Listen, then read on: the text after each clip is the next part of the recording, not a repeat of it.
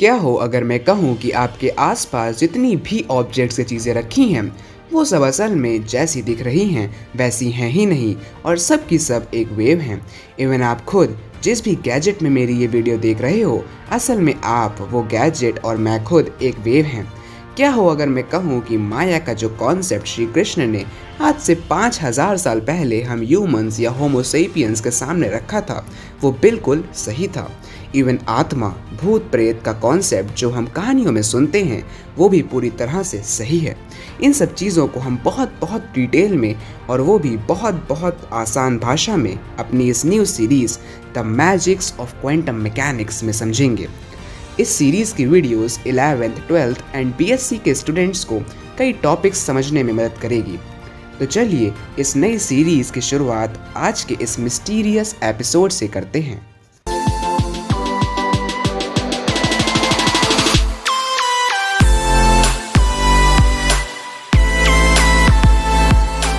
ऐसे तो इंडिया में सनातन शास्त्रों के मुताबिक क्वांटम मैकेनिक्स का मॉडल तो कई हजार साल पहले ही आ गया था, लेकिन अगर वेस्टर्न वर्ल्ड की बात करें तो क्वांटम मैकेनिक्स का ओरिजिन 20th सेंचुरी में देखने को मिलता है। ये शुरुआत 1900 में मैक्स प्लैंक, जिन्हें फादर ऑफ क्वांटम मैकेनिक्स भी कहा जाता है, उनके द्वारा दी गई प्लैंक्स क्वांटम थ्योरी से शुरू हुई थी। मैक्स प्लैंक के आने से पहले जेम्स क्लार्क मैक्सवेल अपनी इलेक्ट्रोमैग्नेटिक वेव थ्योरी के थ्रू ये पहले ही बता चुके थे कि लाइट एक कंटिन्यूअस वेव के फॉर्म में होती है, लेकिन उनकी ये electromagnetic wave theory photo electric effect और ब्लैक बॉडी रेडिएशन जैसे फिनोमिना को समझाने में असमर्थ थी। आइए पहले इन दोनों फिनोमिना को डिटेल में समझते हैं। के द्वारा एक एक्सपेरिमेंट किया जाता है। उन्होंने एक ट्रांसपेरेंट ट्यूब लिया जिसके अंदर एयर थी ही नहीं, इसे हम इवैक्यूएटेड ट्यूब भी कह सकते हैं। उस ट्यूब के दोनों एंड्स में भैया उन्होंने एक एक इलेक्ट्रोड फिट कर दिए। कैथोड यानी वो इलेक्ट्रोड जो बैटरी के नेगेटिव टर्मिनल से कनेक्टेड था उसे एक मेटल प्लेट से कनेक्ट कर दिया, और एनोड यानी वो इलेक्ट्रोड जो बैटरी के पॉजिटिव टर्मिनल से कनेक्टेड था उसे एक डिटेक्टर से कनेक्ट कर दिया, जिससे अगर मेटल प्लेट कोई इलेक्ट्रॉन भेजे तो वो डिटेक्टर उसे उठा ले। और मेटल प्लेट और डिटेक्टर के बीच काफ़ी गैप था और अंदर ट्यूब के एयर भी नहीं थी, यानी वो सर्किट ओपन था। लेकिन एक क्वेश्चन यहाँ पर उठता है कि मेटल प्लेट को नेगेटिव इलेक्ट्रोड से ही क्यों कनेक्ट किया गया, पॉजिटिव से क्यों नहीं? देखो भैया, हम ये बात जानते हैं कि मेटल्स इलेक्ट्रो पॉजिटिव होते हैं अपने व्यवहार यानी अपने नेचर में। मतलब मेटल्स इतने दयालु होते हैं कि वो अपने थोड़े बहुत इलेक्ट्रॉन्स खुशी खुशी दान कर देते हैं। अब किसी भी इलेक्ट्रिक सर्किट में ये तो हम जानते ही हैं कि अगर इलेक्ट्रिसिटी फ्लो हो रही है तो इलेक्ट्रॉन्स भी नेगेटिव टर्मिनल से पॉजिटिव टर्मिनल की तरफ फ्लो हो रहे हैं। ध्यान दीजिएगा, flow of electrons negative to positive हो रहा है। मतलब अगर नेगेटिव टर्मिनल जहाँ से इलेक्ट्रॉन्स को निकलना है वहाँ पर अगर कोई ऐसा एलिमेंट लगा दिया जाए जो बड़ा ही दयालु हो, यानी अपने इलेक्ट्रॉन्स बहुत आराम से छोड़ देता हो, तो flow of electrons from negative to positive बना रहेगा और इलेक्ट्रिसिटी फ्लो हो सकेगी। और ऐसे एलिमेंट्स को जो इलेक्ट्रॉन्स लूज कर सकते हो मेटल्स कहलाते हैं। अगर यहीं उस नेगेटिव इलेक्ट्रोड में कोई नॉन मेटल लगा दिया होता तो कल्याण हो गया होता, क्योंकि नॉन मेटल्स तो वैसे ही कंजूस होते हैं, सिर्फ इलेक्ट्रॉन्स लेना जानते हैं, देना नहीं। वायर जो उस नॉन मेटल प्लेट से कनेक्टेड होता, पता चला उस वायर में इलेक्ट्रॉन्स बैटरी से वोल्टेज मिलते ही धक्का लगाए पड़े हैं नॉन मेटल प्लेट के इलेक्ट्रॉन्स पर, लेकिन नॉन मेटल है कि अपने इलेक्ट्रॉन्स फेंक ही नहीं रहा और फ्लो ऑफ इलेक्ट्रॉन्स कायम ही नहीं हो पा रहा। तो इसीलिए मैक्सवेल ने नेगेटिव इलेक्ट्रोड पर मेटल प्लेट लगाई, जिससे अगर इलेक्ट्रिसिटी फ्लो होती है तो इलेक्ट्रॉन्स नेगेटिव टर्मिनल से पॉजिटिव की तरफ फ्लो हो पाएंगे, क्योंकि मेटल प्लेट अपने में से इलेक्ट्रॉन्स पॉजिटिव टर्मिनल की ओर फेंकती जाएगी। लेकिन तब भी एमीटर में करंट सर्किट में दौड़ता हुआ शो नहीं कर रहा था। क्यों? क्योंकि मेटल प्लेट और डिटेक्टर कनेक्टेड नहीं थे और ट्यूब के अंदर वैक्यूम था, यानी कोई एयर ही नहीं थी जो थोड़ा बहुत करंट फ्लो करने में हेल्प कर सके। दिमाग में एक खुराफात सूझी कि क्यों ना उस मेटल प्लेट पर लाइट मारी जाए, हो सकता है कुछ ना कुछ हो ही जाए। उन्होंने अलग अलग कलर्स यानी अलग अलग फ्रीक्वेंसीज की लाइट मारी। तो लाइट मारने पर उन्होंने ये ऑब्जर्व किया कि अमीटर की सुई हिली यानी करंट फ्लो हुआ। अब ये तो बड़ा ही धमाल हो गया था, क्योंकि इससे कंक्लूजन ये निकल रहा था कि लाइट मेटल प्लेट से कुछ इलेक्ट्रॉन्स को धक्का देकर बाहर फेंक रही थी, जो डिटेक्टर के थ्रू सर्किट में घुस के फ्लो ऑफ इलेक्ट्रॉन्स बनाए रख रहे थे, जिससे अमीटर की सुई बार बार हिल रही थी, मतलब करंट फ्लो हो रहा था। तो जो क्वेश्चन इस वक्त आपके दिमाग में उठ रहा है, वही मैक्सवेल के दिमाग में भी उठ रहा था कि लाइट आखिर मेटल्स में से इलेक्ट्रॉन्स कैसे निकाल सकती है। खैर, इसका आंसर ढूंढने के लिए उन्होंने इस एक्सपेरिमेंट को अलग अलग तरीके से किया। कभी उन्होंने अलग अलग कलर्स की लाइट उस मेटल प्लेट पर मारी, तो कभी लाइट की इंटेंसिटी यानी गाढ़ापन बहुत तेज़ और बहुत धीमा कर दिया। ये सब खुराफात करने के बाद उन्होंने 3 कंक्लूजन्स निकाले। पहला, कि उस मेटल प्लेट से इलेक्ट्रॉन्स एक स्पेसिफिक फ्रीक्वेंसी के बराबर या उससे ज़्यादा फ्रीक्वेंसी वाली लाइट मारने पर ही निकल रहे थे, और उस स्पेसिफिक फ्रीक्वेंसी से कम फ्रीक्वेंसी वाली लाइट मारने पर नहीं निकल रहे थे। चलिए मान लेते हैं कि हमने एक पोटेशियम प्लेट ली, तो ऐसी कौन सी फ्रीक्वेंसी की लाइट लें जो इस प्लेट में से इलेक्ट्रॉन्स निकाल सकती हो। ये तय करती है पोटेशियम की थ्रेशहोल्ड फ्रीक्वेंसी। थ्रेशहोल्ड फ्रीक्वेंसी किसी इलेक्ट्रोमैग्नेटिक रेडिएशन की वो मिनिमम फ्रीक्वेंसी होती है जो इलेक्ट्रॉन्स किसी मेटल से निकालने में सक्षम होती है। मान लेते हैं कि जो हमने पोटेशियम प्लेट ली थी उसकी थ्रेशहोल्ड फ्रीक्वेंसी 5 × 10⁻14 हर्ट्ज़ है।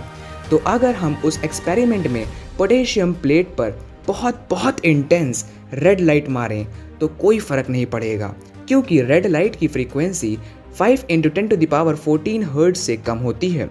और वहीं अगर हम बहुत बहुत फेंट येलो लाइट उस पोटेशियम प्लेट पर मारें तो उस प्लेट में से इलेक्ट्रॉन्स इजेक्ट होंगे, क्योंकि येलो लाइट की फ्रीक्वेंसी 5 × 10⁻14 हर्ट्ज़ से ज़्यादा होती है। अब दूसरा कंक्लूजन था कि लाइट की फ्रीक्वेंसी बढ़ाने पर इलेक्ट्रॉन्स जो उस मेटल प्लेट में से निकले, जिन्हें हम फोटो इलेक्ट्रॉन्स भी कह सकते हैं, तो लाइट की फ्रीक्वेंसी बढ़ाने पर उन फोटो इलेक्ट्रॉन्स की स्पीड भी बढ़ रही थी। ऐसा क्यों हो रहा था, इसे हम आगे समझेंगे। और तीसरा कंक्लूजन ये ऑब्जर्वेशन था कि लाइट की इंटेंसिटी बढ़ाने पर नंबर ऑफ इलेक्ट्रॉन्स यानी फोटो इलेक्ट्रॉन्स की संख्या बढ़ रही थी। इस एक्सपेरिमेंट या फिनोमेना को नाम दिया गया फोटो इलेक्ट्रिक इफेक्ट। इन तीनों की ऑब्जर्वेशंस को हर्ट्ज समझाने में असफल रहे, क्योंकि उन्होंने मैक्सवेल की इलेक्ट्रोमैग्नेटिक वेव थ्योरी का सहारा लिया था। आइए समझते हैं कि हर्ट्ज फोटो इलेक्ट्रिक इफेक्ट कैसे नहीं समझा पाए। इलेक्ट्रोमैग्नेटिक वेव थ्योरी के मुताबिक क्योंकि लाइट एक कंटिन्यूअस वेव के फॉर्म में होती है, इसलिए उसकी एनर्जी फ्रीक्वेंसी और वेवलेंथ पर ना डिपेंड करके उस लाइट की इंटेंसिटी पर डिपेंड करती है। मतलब intensity of light is directly proportional to its energy. ये हुआ पहला पॉइंट जो हर्ट्ज के लिए बाधा बना। अब दूसरी दिक्कत थोड़ी कॉम्प्लिकेटेड थी, तो इसे हम एक एग्जाम्पल के साथ समझते हैं। मान लीजिए कि हम एक काफ़ी मोटा सा लकड़ी का ब्लॉक लेते हैं और उसे एक पॉइंट पर फिक्स करके उस पे पाइप से पानी का बहुत तेज़ प्रेशर मारते हैं। हम थोड़ी देर बाद ये ऑब्ज़र्व करेंगे कि उस पानी की धार ने, जो कि कंटिन्यूअस है, उसने उस ब्लॉक में छेद करना चालू कर दिया है, क्योंकि उस पानी की धार की एनर्जी उस ब्लॉक पर जमा हो रही है। वहीं अगर हम पानी से भरे वाटर बलून्स जो कि कंटिन्यूअस नहीं बल्कि पैकेट्स में हैं, उनको उस वुड ब्लॉक पर मारें तो क्या कुछ होगा? नहीं होगा। उस ब्लॉक में छेद करने के लिए या तो हमें उन बैलून्स का साइज छोटा करना पड़ेगा या फिर उन बैलून्स की स्पीड बढ़ानी पड़ेगी। बस यही उस लाइट के साथ भी था। इलेक्ट्रोमैग्नेटिक वेव थ्योरी कहती है कि light is a continuous wave, लेकिन वहीं प्लैंक्स क्वांटम थ्योरी कहती है कि light is a packet of energy. अब आप शायद उस एग्जाम्पल से और अच्छे से समझ पा रहे होंगे। तो इलेक्ट्रोमैग्नेटिक वेव थ्योरी के अकॉर्डिंग लाइट एक कंटिन्यूअस वेव के फॉर्म में होती है। तो जाहिर सी बात है कि इसकी एनर्जी उस मेटल प्लेट पर एक्यूमुलेट यानी जमा होनी चाहिए थी, और एक टाइम ऐसा आता कि एनर्जी जमा होते होते इतनी बढ़ जाती कि इलेक्ट्रॉन्स उस प्लेट में से निकलने चालू कर देते।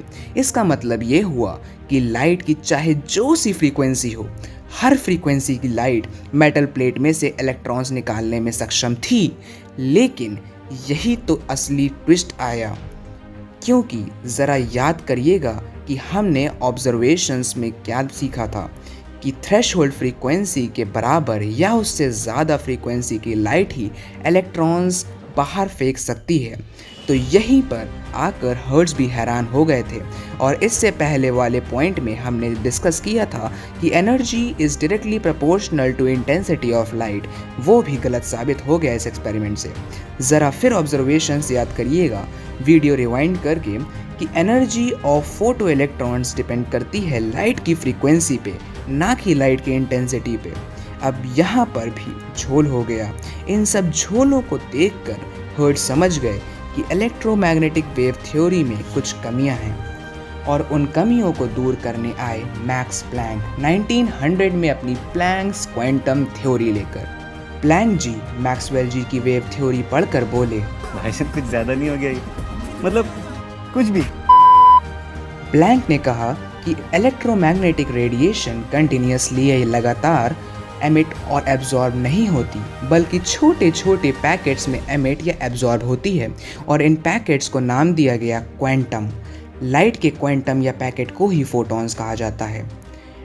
प्लैंक्स क्वांटम थ्योरी का दूसरा पॉइंट था कि energy of a quantum is directly proportional to its frequency. मतलब किसी भी इलेक्ट्रोमैग्नेटिक रेडिएशन, चाहे वो लाइट हो, अल्ट्रावायलेट रेज हो, एक्स रेज हो, या कोई भी इलेक्ट्रोमैग्नेटिक रेडिएशन हो, उसके एक पैकेट या एक क्वांटम की एनर्जी उसकी फ्रीक्वेंसी के डायरेक्टली प्रोपोर्शनल होगी। इससे हमें एक फेमस इक्वेशन मिलती है, E is equals to H nu, जहाँ E एनर्जी है, H इज प्लैंक्स कांस्टेंट और न्यू फ्रीक्वेंसी है। जब एल्बर्ट आइंस्टाइन ने प्लैंक्स क्वांटम थ्योरी पढ़ी तो उनके दिमाग में फोटो इलेक्ट्रिक इफेक्ट की एक बहुत ही प्यारी इमेज बनी, और उनको फोटो इलेक्ट्रिक इफेक्ट का सारा झोल साफ साफ दिखने लगा। अरे बहुत आसान है, और मेरी यूनिक माइंड्स की फैमिली के जीनियस ऑडियंस तो बहुत आराम से समझ जाएंगे। आइए समझते हैं।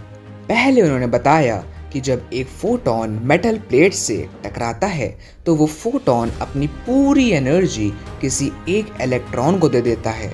लेकिन हम ये भी जानते हैं कि एटम्स में इलेक्ट्रॉन्स को न्यूक्लियस कस के पकड़े रहते हैं, तो जाहिर सी बात है कि इलेक्ट्रॉन उस एटम से तभी निकलेगा जब उसे कुछ पर्टिकुलर एनर्जी से ज़्यादा एनर्जी दी जाए।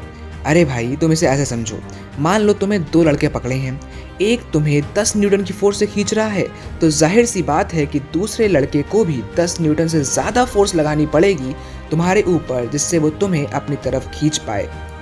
ठीक इसी तरह एक इलेक्ट्रॉन को एक एटम से बाहर निकालने के लिए हमें एक पर्टिकुलर एनर्जी से ज़्यादा एनर्जी की लाइट उस मेटल प्लेट पर मारनी होगी, जिससे हम उस इलेक्ट्रॉन को न्यूक्लियस के अट्रैक्शन से बचा लें। और हम ये भी जानते हैं कि energy of a photon is equal to H nu, जहाँ एच तो प्लैंक्स कांस्टेंट है लेकिन न्यू एक वेरिएबल है। तो जो मिनिमम फ्रीक्वेंसी जो हमें चाहिए उसे मान लेते हैं न्यू नॉट। यहीं से हमें थ्रेशोल्ड फ्रीक्वेंसी का एक्सप्लेनेशन मिल गया। तो इससे ये साबित हुआ कि इलेक्ट्रॉन निकलेगा या नहीं निकलेगा ये डिपेंड करता है लाइट की फ्रीक्वेंसी पर, ना कि लाइट की इंटेंसिटी पर। दूसरी चीज़ उन्होंने ये समझाई कि फोटो इलेक्ट्रॉन्स की स्पीड भी लाइट की फ्रीक्वेंसी पर ही डिपेंड करती है। आइए समझते हैं कैसे। एक इलेक्ट्रॉन एटम में रिवॉल्व कर रहा है, हमने उसे H new energy the such that new is greater than new not. तो एच न्यू नॉट एनर्जी तो उस इलेक्ट्रॉन को बाहर निकालने में लग जाएगी, बाकी बची हुई एनर्जी इलेक्ट्रॉन के पास रहेगी उसकी काइनेटिक एनर्जी के रूप में, जो उसकी वेलोसिटी एटम से निकलने के बाद तय करेगी। जितनी ज़्यादा फ्रीक्वेंसी उतनी ज़्यादा काइनेटिक एनर्जी, और जितनी ज़्यादा काइनेटिक एनर्जी उतनी ज़्यादा उन फोटो इलेक्ट्रॉन्स की स्पीड। तो ये भी उन्होंने एक्सप्लेन कर दिया कि energy of photo electrons does not depend on intensity but depends on frequency of light. तीसरी ऑब्जर्वेशन जो कि कहती है कि number of photo electrons ejected depends on intensity of light, उन्होंने उसे भी एक्सप्लेन किया। अब इंटेंसिटी बहुत ही आसान भाषा में कहें तो होती है लाइट का गाढ़ापन, मतलब number of photons falling on a unit area. हमें पता है कि एक फोटॉन एक इलेक्ट्रॉन को निकालता है, तो अगर हम number of photons per unit area बढ़ा दें तो नंबर ऑफ इलेक्ट्रॉन्स इजेक्टेड भी बढ़ जाएंगे। अब मुझे लगता है कि आप फोटो इलेक्ट्रिक इफेक्ट और प्लैंक्स क्वांटम थ्योरी के मेन पॉइंट समझ गए होंगे।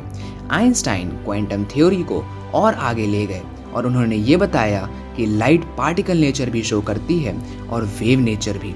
फिर इसी आइडिया को डे ब्रॉगाई और आगे ले गए और उन्होंने ये कह दिया कि यूनिवर्स में हर matter wave nature as well as particle nature दोनों शो करता है। हालांकि हम प्लैंक्स क्वांटम थ्योरी और डे ब्रॉगाई हाइपोथेसिस को अपने अगले एपिसोड में समझेंगे। जब तक के लिए थैंक यू, धन्यवाद, जय हिंद और जय भारत।